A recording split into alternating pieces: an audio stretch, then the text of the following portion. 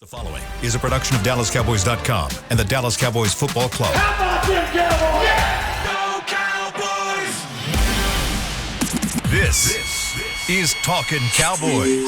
Streaming live from the Dallas Cowboys World Headquarters at the Star in Frisco. Pollard streaks in. Touchdown. Parsons has sacked it. Prescott keeps it, and he bangs it in for the touchdown. And now your hosts, Isaiah Stanback, Nick Harris, Josh Rodriguez, and Kyle Yeomans. Belt tie snap. Prescott with plenty of time. Lofts it end zone. Jake Ferguson. Covered by Jamal Adams, but it doesn't matter. Fergie into the end zone, and Dallas takes the lead in the fourth. Go! Go! Dallas Cowboys! It's a Victory Friday on Talking Cowboys, presented by Black Rifle Coffee Company. We could say it with your chest because the Cowboys got the job done and they defeat the Seattle Seahawks 41-35, the final score from AT&T Stadium, and they improved to 9-3 on the 2023 NFL campaign. That was the first time I've heard that call back. That's only the second highlight I've heard.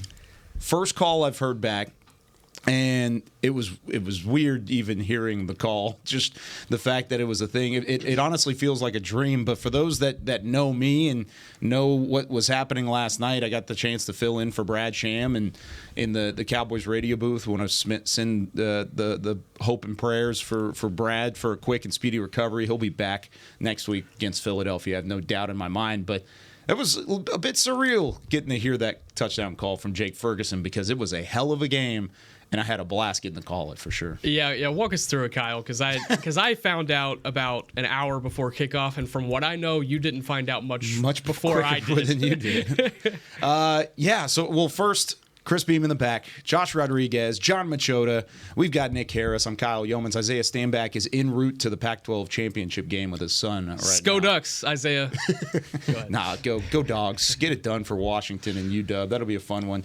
But I'll take you through it. So we were at the stadium last night for pregame live, and we had kind of pubbed that throughout the week and talked about how we were going to the stadium. We only go on site for a number of games a year. One over the last couple of years. We've gone a couple times this year. This was the second game that we've been at the stadium, 2 of 3 total. We're on the sideline. We just got started with pregame live. 5:30 was when we kicked things off. About 20 minutes into the show, I'm looking to my right, and I see Derek Eagleton and Nick Eatman start to work their way down and kind of trickle down. And they keep kind of looking over at me and smiling oddly enough and kind of giving me like a point every now and again. And they were talking to each other, but I picked up on it. And I remember looking at Nick and trying to communicate without communicating because I was off camera, but we were definitely on microphone. And I was trying to communicate off camera, and I couldn't understand what he was saying. I thought I was in trouble or that I said something wrong. That was the first thing, and they were going to come and be like, "Hey guys, you gotta cool it down here or do something separate." Well, in the middle of a break, and we don't really take breaks. They're sound bites, so about 45 seconds, 60 seconds. I get approached by Nick and Derek, and they say, "Hey, you're up." And I was like, "What are you talking about?" And he was like, "You're calling the game tonight. Brad was unable to make it. Fell sick on the way here, and he had to turn around and leave the stadium." And I was like, okay, all right, let's get rolling. But I also had the rest of the pregame show to worry about. So at that point, that's when kind of the adrenaline started pumping a little bit. And, of course, I prepare for a game, for pregame and postgame coverage, far different than what I do for an NFL game or a play-by-play game, rather. I mean, this is a look of the preparation that I would do for an NFL game. So wow. This is one sheet, and it's 11 by 17. It's two-sided, and it's got pretty much every player possible on here. That's not what I had to call the game last night. I had this. I had a flip card that they give everybody in the press box that has both rosters on it, has the officials on it down at the bottom, and some pronunciations there as well. Luckily for me, I've called the Seattle Seahawks before. I got a chance to call them from a color analyst standpoint on the TV broadcast in the preseason. So getting up there, I just had to kind of get my bearings straight. I finally got up there about 50 minutes up until kickoff was when I settled into the booth, and credit to Tim Collins over at 105.3 The Fan. First thing he said, he walked in, he said, what do you need from us? I was like, honestly, I just need you to print the boards that I had. So this is a smaller version of what I normally had. And they printed it out on just a 11 by, what is this, 11 by 17? This is not 11 by 17. 15? This is a 8.5 by 14, a legal size piece of paper. Legal? And Is there an illegal size? no, okay, there's legal, and then there's, I don't even know, tabloid, I think is the big one. But they printed it off and got me a water. That was the other thing. I was like, I just really need a water right now, too. Got a chance to sit down and talked it over with our spotter, stats guy, and Babe Laufenberg, and got to call the game last night. It was a lot of fun. Had a blast doing it, and it was a whirlwind of a moment because you don't normally get to make your NFL play-by-play debut on about what is that, an hour's notice, 20 minutes notice, but got it done and had a blast doing it. So freaking proud of you, dude. Congratulations, that was so man. awesome. That's So amazing. And the calls that I heard were astounding. Like, Good. Really, really killed it. Thanks, man. I had a blast. Once I kind of settled in, it took me about a half a quarter, couple drives to really be there and have my feet planted and come down from cloud nine a little bit and call the game. And Babe did a phenomenal job of just kind of allowing me to be myself and encouraging me in that regard. I'm saying, all right, like now the nerves are done. Just get back to what you do, and that was what I was able to do, and it had a fun broadcast to go with because that game was incredible too. At any point were you like, are we really about to lose my first game?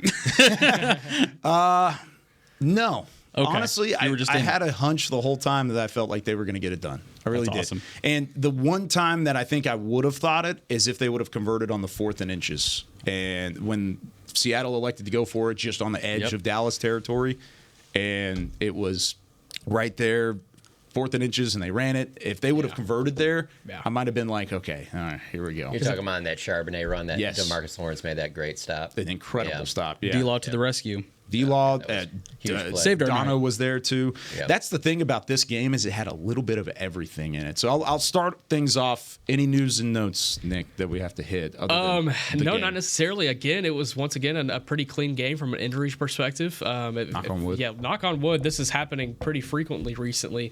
In fact, I was talking about this yesterday with Patrick Walker before the game, and talking about Peyton Hendershot, and now he has to be activated in the next couple of days, or he'll have to stay on the IR the rest of the season. Yeah. And I couldn't remember if I asked Patrick or if he asked me. He's like, why open the 21-day practice window if you didn't have like a spot that you would try to figure out for him?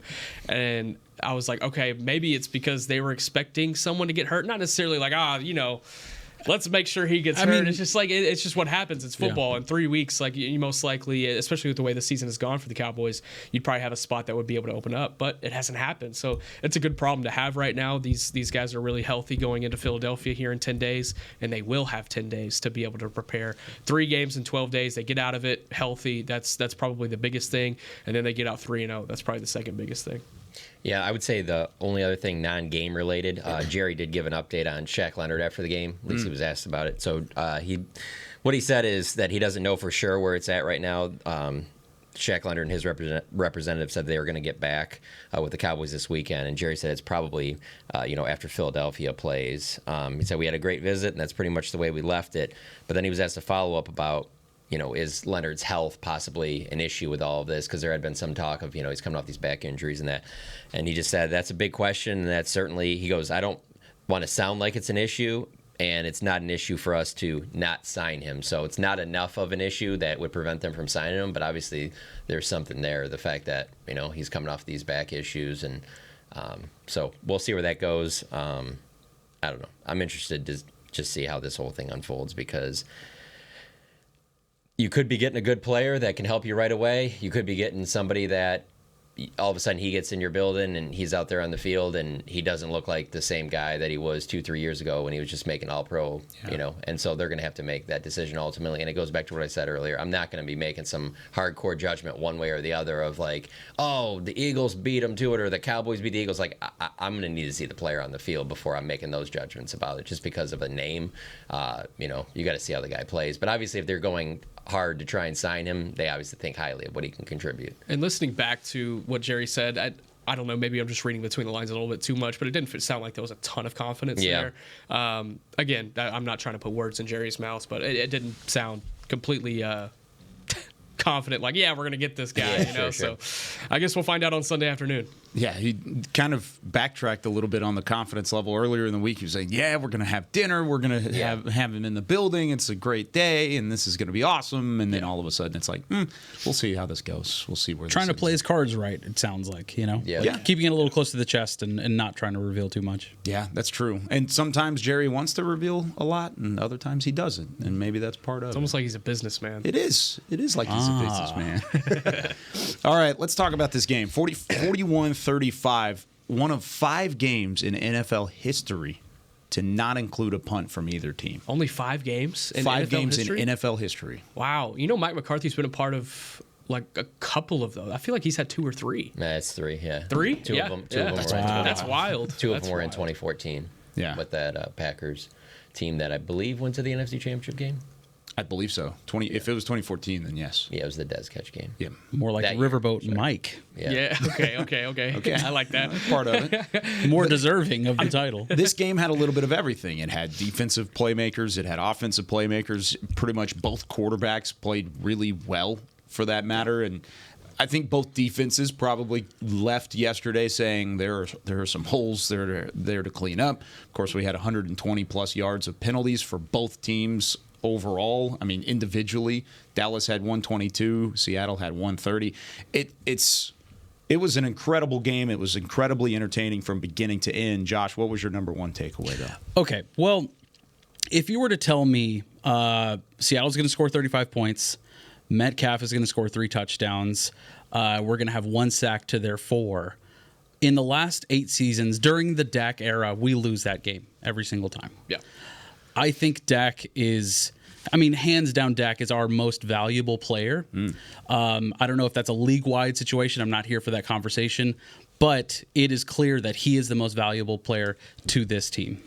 Yeah, I agree. Whenever you look at what Dak was able to do yesterday, what we talked about this week going into it was that he's struggled against heavy zone scheme concepts throughout his career, and we've even seen it a couple of times this year. Whenever that's kind of reared around, specifically in Arizona, man, he dominated from start to finish. It was an incredible effort from him. He was using his mobility. He was fighting off guys. That one play where he fought off, I forget who it was, but it was off that right side. And he was tackled.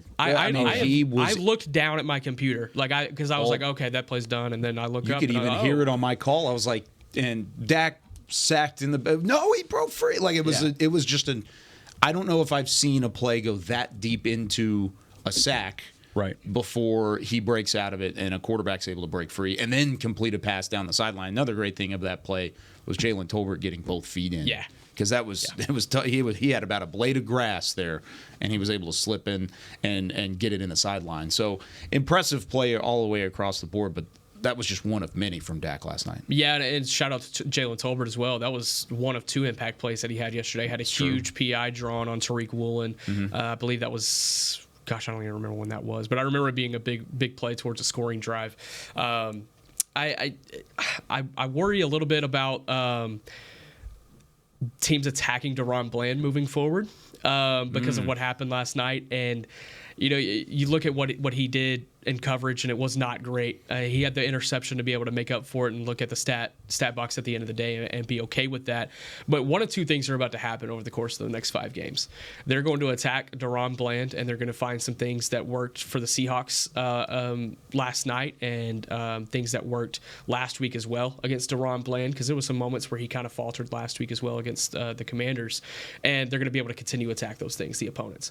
Or DaRon Bland is going to be able to fix these things, correct it. They're still going to throw at him just as much, and he's going to end up with some gaudy interception numbers on the other side of this. So even in it's going to be interesting. Even on a night where it was not DaRon Bland's night, and it Yeah. was pretty obvious early on that it was not DaRon Bland's night, he still had an interception. And almost ended up with 2. And nearly had another one. Yeah, you're right.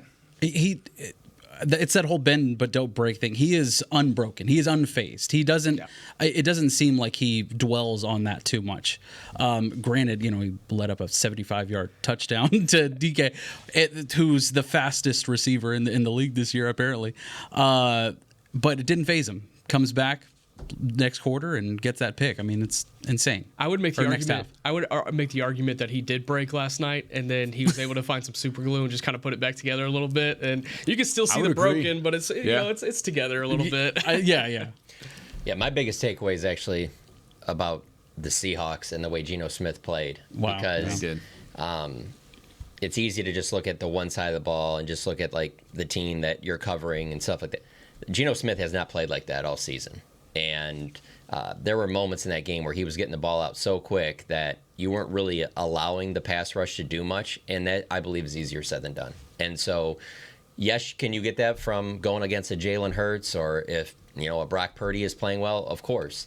And that's why those games will be just like this game was. You're not blowing those good teams out. So I believe when I watched that game, the way Geno Smith played so well, that's why that this was more of a game. And I just see comments after the game and people complaining that it wasn't another blowout and that this isn't, a team that's on those. I'm telling you, the way Geno Smith played, I don't care what team he was with, he was going to keep that team in their game. I mean, he made so many outstanding throws that sometimes you just got to tip your cap to guys. There were plays that, he threw a couple to Metcalf where I was like, yeah, Deron Bland probably needed to be in a little bit better position, but how many corners in the league are going to be in a better position then? And they got some confidence early. But yeah, even, just in talking with Micah after the game, like he even said there was some stuff they were doing quick game wise that they have not seen from Seattle that much this season to have that effectiveness. And so because of that, I just think that there's a lot of people that will watch that game and be like, where was all the pressure? Where was all the pressure? Well, when you're playing at the level that Geno Smith was, I mean, and I'm not even talking about just completed passes. I'm talking about some of the pressures they got in there where he would just get the ball out. So that was an incomplete pass as opposed to just like a drive-wrecking sack and things like that. So, I mean, there's just more to it than you don't need to style point every win. Be happy that you got this win. The team stepped up when they had to. Obviously, if you've watched the Eagles, they've had a lot of games like this. You're not going to blow out everybody like that. You should be, if you're a Cowboys fan this morning, you should be happy with the way that the team played. Was it perfect? No, but to get that win in that game the way that they did, I thought that was outstanding. Actually, might be the most impressive out of all these wins to me that they've had at home. I agree with you. I really do. 6 points doesn't matter. You've had style points all year. Style points are beating teams by 20 points or more. If you don't do that against Seattle, as long as you've got a win, get out of there and be happy with it, especially like you said. Geno Smith had some magician work like plays just to get the ball out and to avoid a sack because it happened over and over again. And then we talked going into the week about how bad that offensive line was and how they do allow pressures and how Geno Smith was under pressure for a lot of the games this year. Even when he was under pressure, he looked cool, calm, and collected and was able to deliver really good balls. You're one turn of the right direction away for Tyler Lockett, away from another touchdown that you have to make up down the stretch for Dallas. So it doesn't mean it's the game winner and that it's over at that point, but it would have been much tougher for Dallas to make a comeback in the fourth quarter and to salt away the game after another defensive stop. I mean, it takes one play or the other to completely turn the tide of a football game.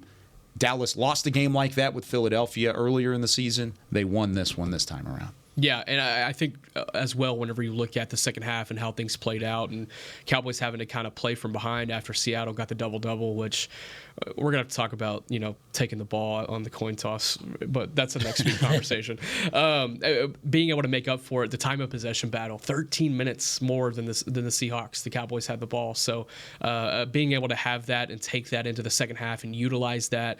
They ran the ball 20 times with Tony Pollard. That's the biggest usage I remember from him, at least since Arizona when he had 22 carries. It ended up working out, and every single player on this offense was able to find a stride. Defensively, I need to go back and watch the film, but at least for me, from an initial viewing, they were getting obliterated in man coverage. I mean, this is a really talented receiving core whenever you're able to get these guys going. Tyler Lockett at DK Metcalf obviously had a great day. The rookie Jackson Smith and Jigba, shout out Rockwell, Texas, had an awesome day as well and had a touchdown called back that was close. These guys are athletic, they're talented, and they get off the line super fast. And we saw that, and they are man beaters, all of them. And whenever the Cowboys adjusted and they were trying to come back and figure out some zone concepts to work in, by that point, they were already kind of getting shredded. And then Seattle was able to adjust, and Geno Smith did the same exact thing. So it's honestly a really impressive outing from the Seahawks offense. And Geno Smith really stood out to me as well. But, when it mattered, the Cowboys made 2 huge fourth down stops in the fourth quarter, and they were able to come out with the win. Yeah, forget style points. I mean, that's a really good team. That's a team that's going to be in the playoffs. That's going to push a playoff team. You take that at the end of the day. Got it done. 41-35, the final score. When we come back, let's talk about Dak Prescott again. The MVP conversation is starting to heat up nationally around Dak. And Josh, you said you're not here for this conversation, but we're here for this conversation. Fair enough. We're going to talk about it because he's playing at an MVP caliber level, but what would it take for him to squarely be in that conversation down the stretch and continuing to play really good teams, especially with Philadelphia coming up next week with more coming on Talkin Cowboys next. Todd thought it would be secure to jog in the cheetah savanna. Todd believed the big cat repellent he bought online was reliable. And now, Todd is trying to be faster than this cheetah that can run 80 miles per hour. But the good news is, Todd has AT&T 5G that is fast, reliable, and secure. And he learned the best thing to do is stop running and toss her the backpack with the beef stew. AT&T 5G. Fast, reliable, secure. It's not complicated. 5G requires compatible plan and device. 5G may not be available in your area. See att.com/5G for you for details. Black Rifle Coffee Company serves premium coffee to people who love America. When you drink Black Rifle coffee, you are directly supporting veterans, law enforcement, and first responders in your community. Black Rifle's expert roasters love coffee almost as much as Texas loves football, so it makes sense that America's Coffee partnered with America's team. Go online at blackriflecoffee.com and fuel up with the official coffee of the Dallas Cowboys. That's blackriflecoffee.com to fuel up today. Cowboys fans, after that move, we've just coined the term Rowdy Replay. Let's roll back the tape. Okay, there's our mascot Rowdy cheering on the boys. And now he's on his phone, on his Bank of America mobile banking app? Staying on top of his finances with his virtual financial assistant, Erica. Bank of America's digital tools are so impressive. Cowboys fans just can't stop banking. Learn more at bankofamerica.com/can't-stop-banking. Erica is only available in the English language. You must download the latest version of the mobile banking app, only available on select mobile devices. Message and data rates may apply. Member FDIC. Welcome back into Dear Doctor, the show where I answer life's questions with an ice-cold can of Dr. Pepper. Sheila, let's hear from our next caller, would you? Dear Doctor, my friend supported me during a tough time, but what's the right gift that says, thanks for being a shoulder to cry on? Okay, this one's easy. I say give her a delicious Dr. Pepper. Nothing says, thanks, girl, better than a one-of-a-kind soda. Yes, any Dr. Pepper flavor will do. Now, just a reminder that I don't need to be a real doctor to know that Dr. Pepper is the one you deserve.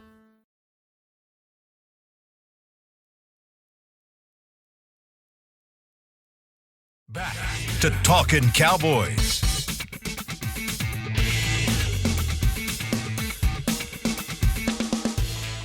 Dak under center, followed by Lipke and Pollard. He fakes it to Pollard, steps up, throws back of the end zone. There's CeeDee Lamb, tumbling, but he gets both feet down. Touchdown Cowboys, and they retake the lead in the first.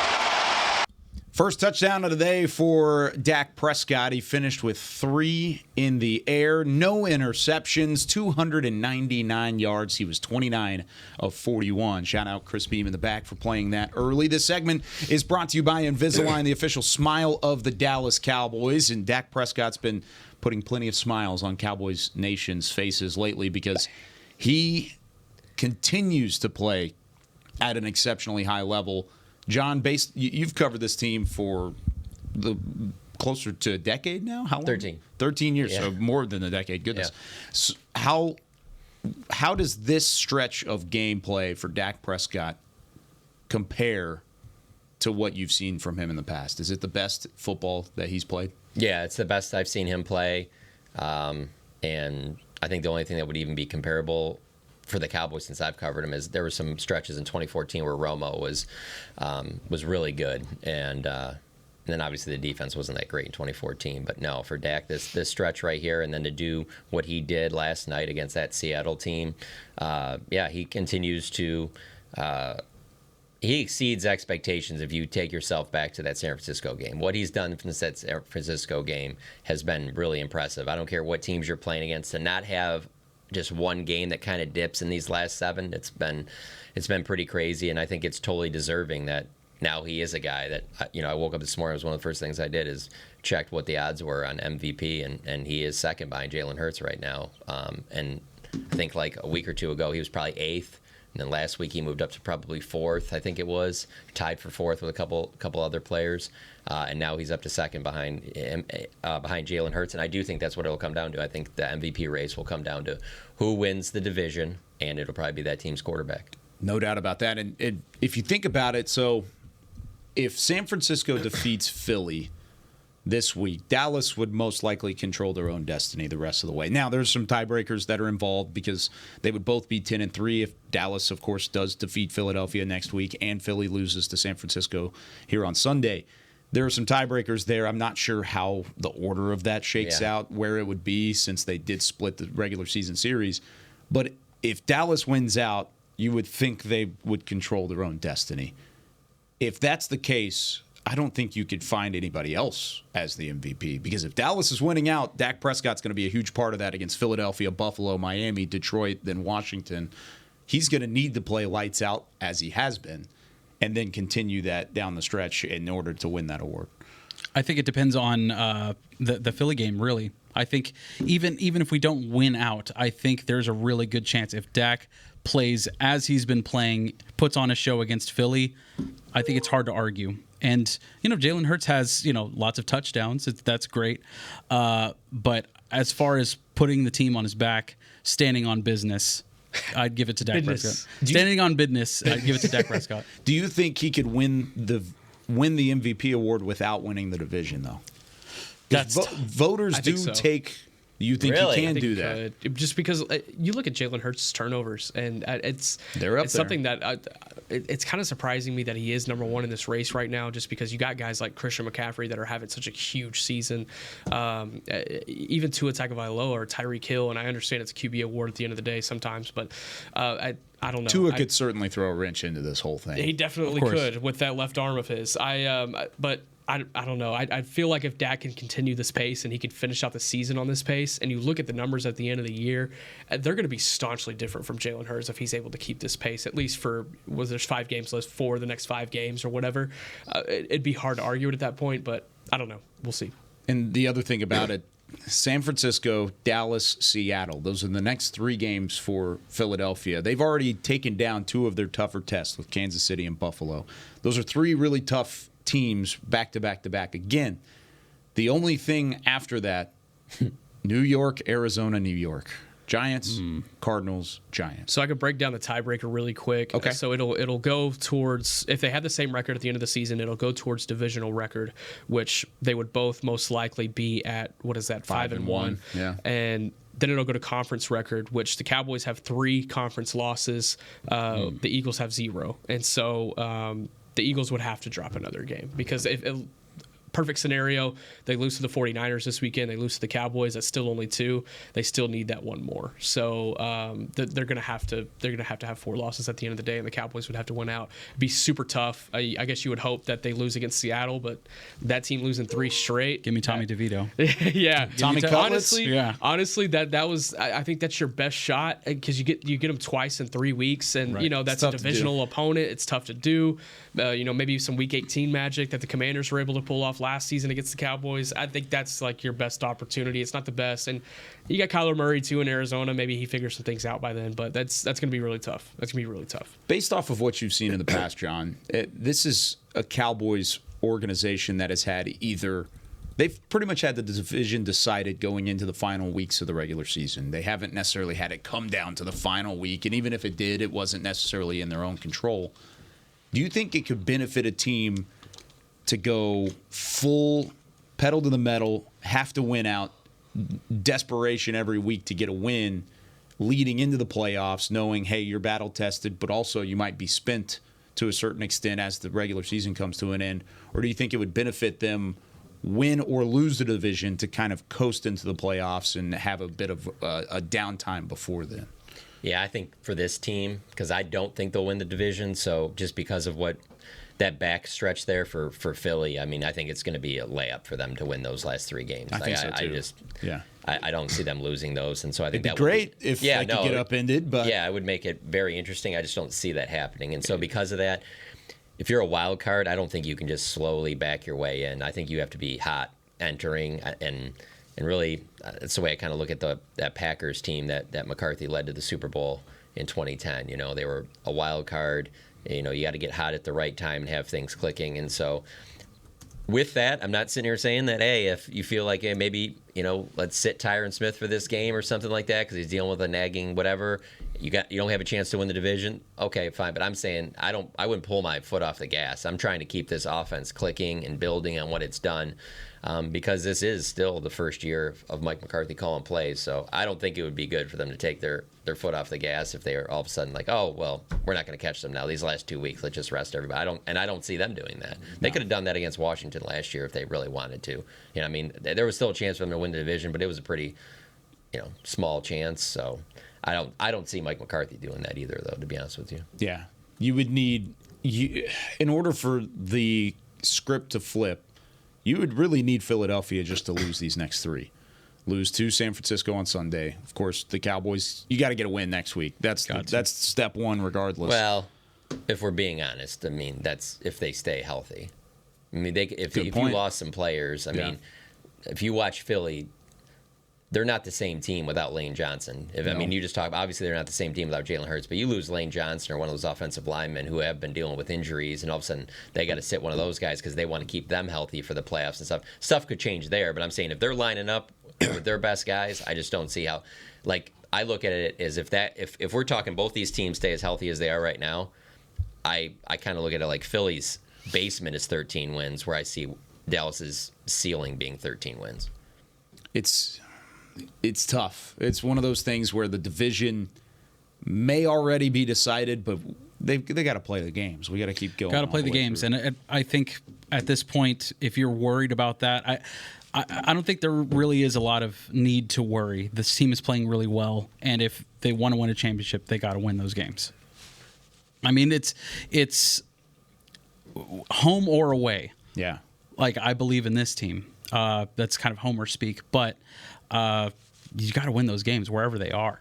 Yeah. The reason the division thing stands out so much this year, especially in the time I've covered the team, is just this team's so good at home. Yeah, and we haven't seen that for a long time where they've just been this dominant at home. I mean, long time. You haven't seen this. This is the only time it's ever been like this at AT&T Stadium since they moved in. I mean, this is clearly the best they've played at home. So that's the part that really stands out. There's been years in the past where you're just like, no, they're playing hot at the right time. Just get out there. If you have to win in Green Bay, so be it, whatever. But and I'm not saying they can't do that stuff this year. I'm not saying they can't go to Philly, wherever, and still win, especially if they're playing well. But just this year, they've created such a home field advantage that, like, you watch that game last night and you're just kind of like, I could see this going the other way if it's at Seattle. Yep. But just the way that how they've played at home, you just, like to Kyle's point earlier, where you just always kind of felt like, even when it got tight, like they're going to make a play here, they're going to make a play here, because they've played so damn good at home. Yeah, that was something that kind of popped in my mind during the game yesterday, too. It's just like, I don't feel like this home streak is about to end. If they were at Lumen Field, I'd maybe feel a little bit different. It might have been a completely different feel. A quick last note as far as, tiebreakers and how it'll kind of work out at the end of the season. I'm impressed that you have all this stuff. This I know, is good. It's pretty good. That Arizona game is, we said it when it happened. I think we kind of knew, but that loss to Arizona is going to be a killer. Like, that's going to be, honestly, that's going to be the what is it, the fork in the steak? I don't know what the knife. I don't know. I'm tired. Fork in the Fork steak. and knife. Whatever it is. Go for it, man. We know where you're Fork going. in the steak. Nail in the coffin. Let's go there. I think that's going to be kind of the nail in the coffin as far as going towards trying to win this division. That's going to be the thing that hurts. And that's fork in the steak. Tough. Fork in the steak. Can that be the name of the episode today? I don't know if that would work. I don't know. We're gonna have to workshop that one a little bit. Fork in the steak. Oh goodness. All right. When we come back, it's time to update the Pick'em standings. Plus, you can be a part of our Pick'em as well. 888-855-2297. We'll update the standings and we'll give some smelly stickers at the same time. It's going to be a jam-packed final segment when we come back here on Talkin' Cowboys. They say champions are remembered, but legends are never forgotten. United Ag & Turf offers a winning lineup of John Deere equipment built to tackle any challenge on and off the field. Legendary John Deere tractors, combines, residential mowers, commercial mowers, compact construction equipment, Gator utility vehicles, and a full line of golf and sports turf equipment. United Ag & Turf, the official Ag & Turf equipment supplier of the Dallas Cowboys. Visit UnitedAgAndTurf.com to find a location near you. Are you ready to take coffee off your grocery list forever? Black Rifle Coffee Club is here to help. As a coffee club member, you'll get your favorite coffees roasted, packaged, and shipped to your door free of charge on your preferred schedule. Set it, forget it, and never run low on coffee again. Members also get exclusive deals on coffee, products, and discounts from partner brands. Ease your mind and let Black Rifle worry about your coffee supply. Go to blackriflecoffee.com to join the coffee club today. It's the official men's skincare brand of the Dallas Cowboys, Jack Black. And right now, Cowboys fans can get 15% off their $75 order. Plus, because every deal needs a playmaker, your order will include a free 5-piece skincare set and free shipping. The Jack Black Playmaker is 4 of Jack's favorites and a full-sized intense therapy lip balm. Make a play for the Playmaker at getjackblack.com/Cowboys with the code CowboysVIP. That's getjackblack.com/Cowboys with the code CowboysVIP. Todd thought it would be secure to jog in the cheetah savanna. Todd believed the big cat repellent he bought online was reliable. And now, Todd is trying to be faster than this cheetah that can run 80 miles per hour. But the good news is, Todd has AT&T 5G that is fast, reliable, and secure. And he learned the best thing to do is stop running and toss her the backpack with the beef stew. AT&T 5G. Fast, reliable, secure. It's not complicated. 5G requires compatible plan and device. 5G may not be available in your area. See att.com/5G for you for details.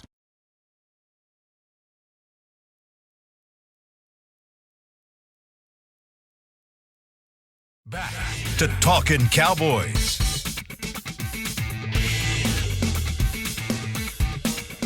Back here on Talkin Cowboys, presented by Black Rifle Coffee Company. This portion of the show is brought to you by Quaker Oats, a super trusted superfood. Quaker Oats, the official oatmeal sponsor of the Dallas Cowboys. Back here with John Machota, Josh Rodriguez, Nick Harris. I'm Kyle Yeomans with Chris Beam in the back. Give us a call, 888-855-2297 to be our guest picker in a number of moments. Let's do smelly stickers first, and then we'll call some call some games this week. Gosh, I gotta go first this week. Okay, yeah, Nick Harris, get started. There was so much to take away. Gosh, there's so many different phenomenal stickers to choose from. So many. Okay, I'm just gonna be super lame here. I'm pretty sure Isaiah has used this same exact phrase before.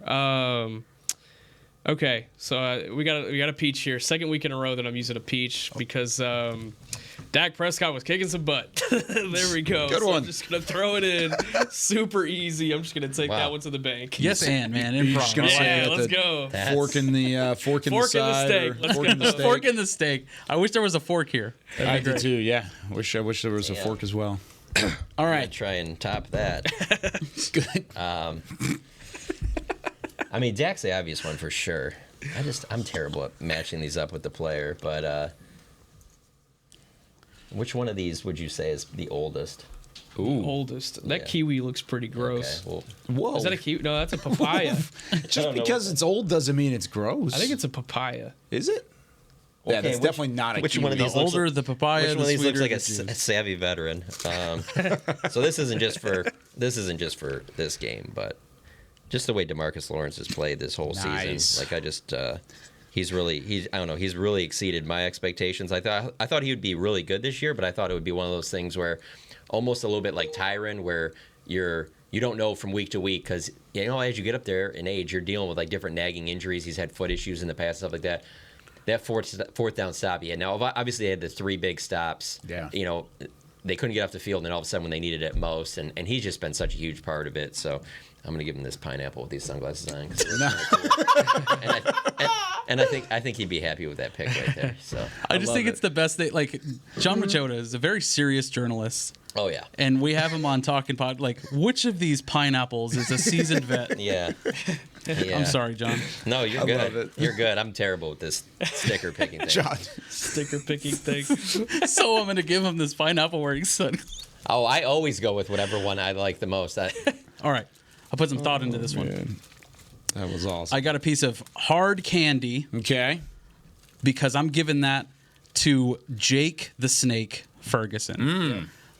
I mean, there was so much jawing going on last night, and Jake was in the middle of it all.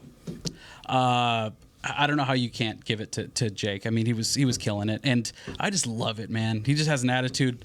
Goes out there, John with Jamal Adams. I mean, come on. That was great back and forth with them, but man, when Diggs laid a really good hit on him, Quandre Diggs. Yep. And the way that he just got up and it was like, how can I get in this guy's face without getting a penalty? It was like, oh, well, you'll just be in my way as I signal first down, and just like walked right through him. Like, it was just, I don't know, it was a very crafty way to like celebrate without getting a flag for it. But yeah, you could tell him and Jamal Adams were drawing quite a bit. That one had me and Babe laughing in the booth because I got up calling. I was like Ferguson with the first down, and he signals it right in front of Quandre Diggs, and like tried to Diggs walk right takes through exception, him. and so then I started calling the scuffle to a certain extent, and Babe was just laughing the whole time. Like it was a funny exchange. But Jamal Adams was chirping from minute 1 to the very final second. I mean, he wants to be here so bad. Man. His chirp level was judging by what I heard after the game, it continued well throughout their locker room availability. Did it? Yeah. Wow. Oh, I'm gonna have to check that out. I'm gonna go back and look at the notes. You remember when Dallas wanted Jamal Adams? Couldn't be me. All right, this is a macaroon. Macaron. Whatever it is. I'm going to say it looks like you're not French at all, dude. No, I'm not, dude. I'm going to say it looks like a burger, though. Okay. 40 burgers have become the norm. 4 out of the last 5 wins for the Dallas Cowboys have come with 40 points or more on the board. 41 points put up by Mike McCarthy as the play caller. Dak said it last night. They're starting to find a way to call this game, and they've been able to attack the game plan with an utmost confidence that they did not have maybe early in the season. This one's for you, Mike McCarthy. Got it done as the play caller. And then really the entire offense getting the job done. There were times in the season when we looked at this offense and said they aren't good enough to win you football games. They won you a football game last night on a bad night for the defense. And that's something that I think is actually encouraging for Cowboys fans. If they want to start running the table, if they want to win these last 5 games, you may not have both the offense and defense playing their best games of the year. You need one or the other to step up in a big way. Last night it was the offense that stepped up in a big way. So that's my smelly sticker this time around. All right, let's pick some games. We have Abe in Las Vegas on the line. Abe, what's going on? Good morning, fellas. Just want to give a shout out to Isaiah for not blocking my number. Why would he block your number? Because I'm the same guy that won the undefeated last guy and called earlier this season as well. Okay, yes, sir.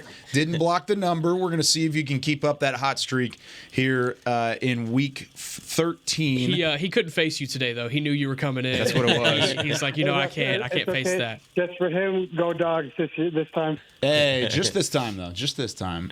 You might as well try and hit him up because he's heading your way this time because you're in Las Vegas. That's true. Hey, he can come over and hit a beat up, bros. Yeah, there you go. I'll make sure that he knows that the invite is open. All right, everybody went 3-3 last week except for Nick Harris. Oh, God. He went 2-4. Yeah, it was a bad week last week. Yeah, it was a rough week. Nick and John are currently tied at 39-27.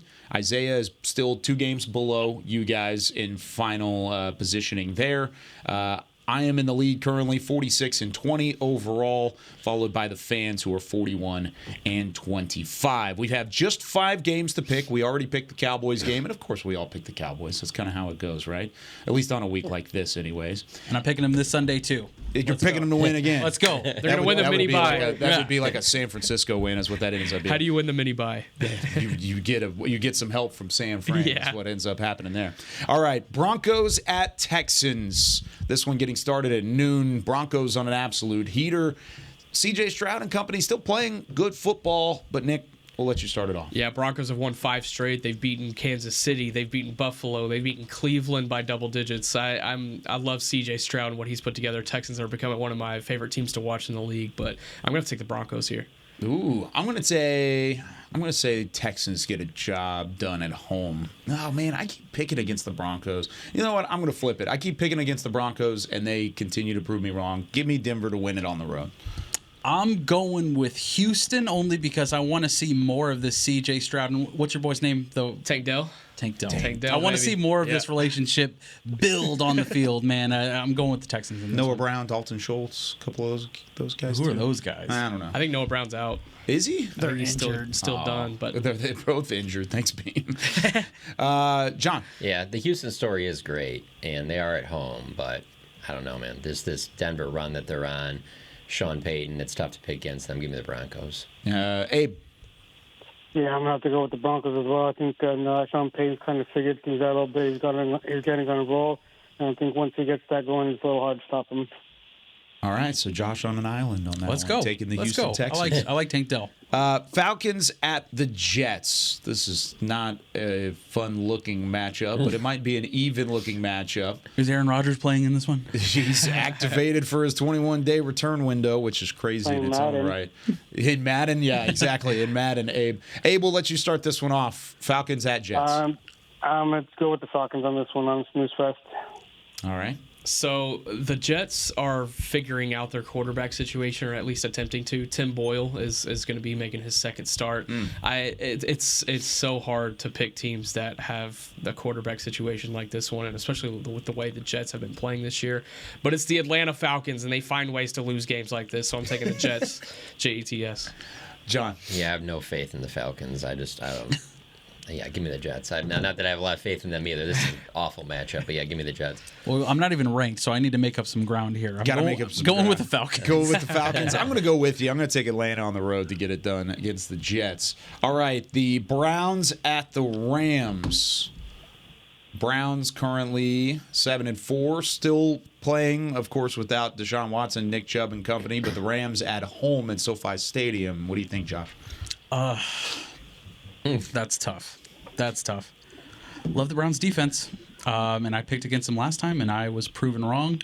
But the Browns always seem to pull it out. Okay. Right when you don't want them to. So I'm going to go with the Browns. Okay, Browns get it done. Nick? I'm gonna take the Rams here because of the quarterback situation going on in Cleveland.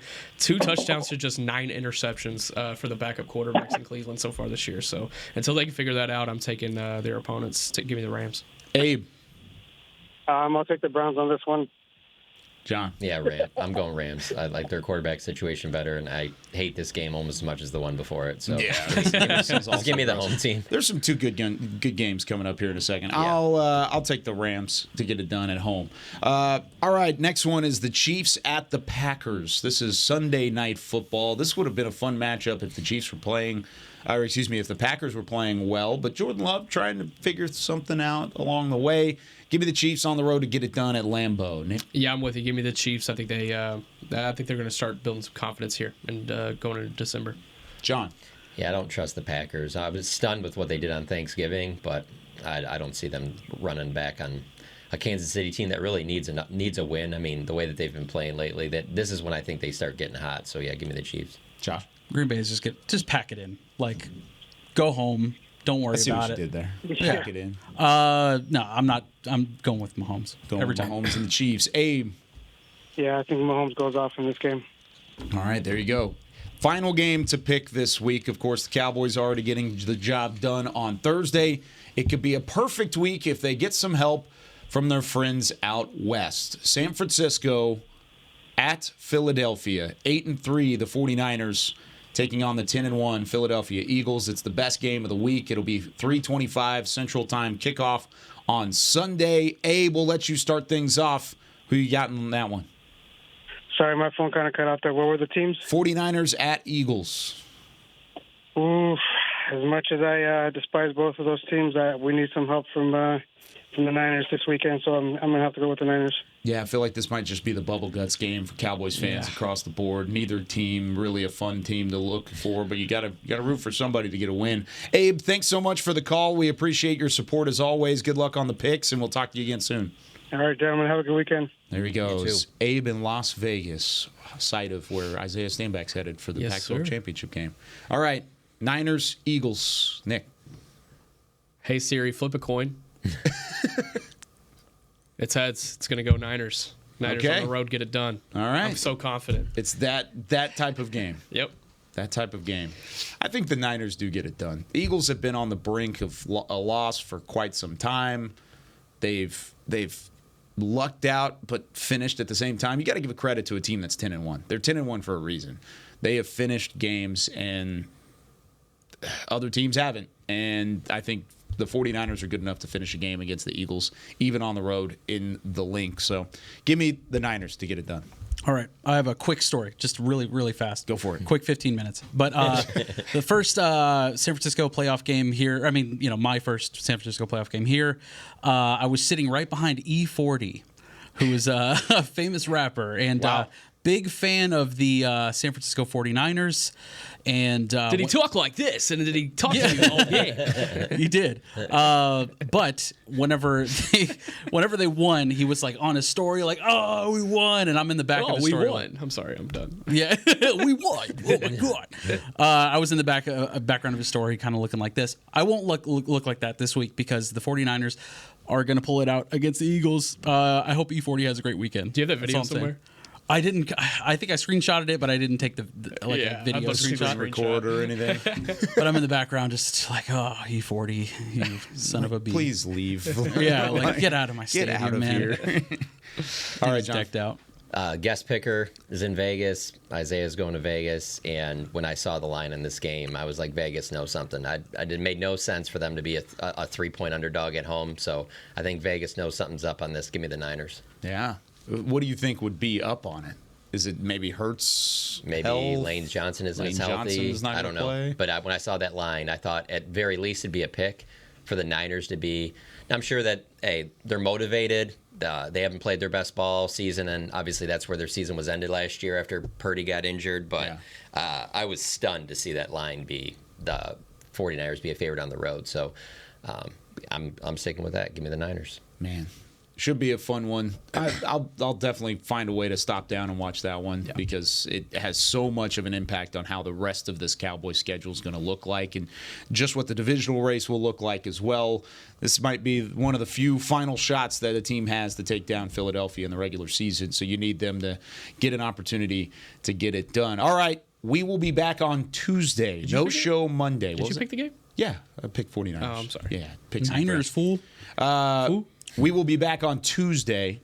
No show Monday. We've got hospital visits to take care of. And so really cool day for the Cowboys. Everybody packs into the buses and goes across the Dallas-Fort Worth Metroplex to multiple hospitals and gets to visit with sick and injured children.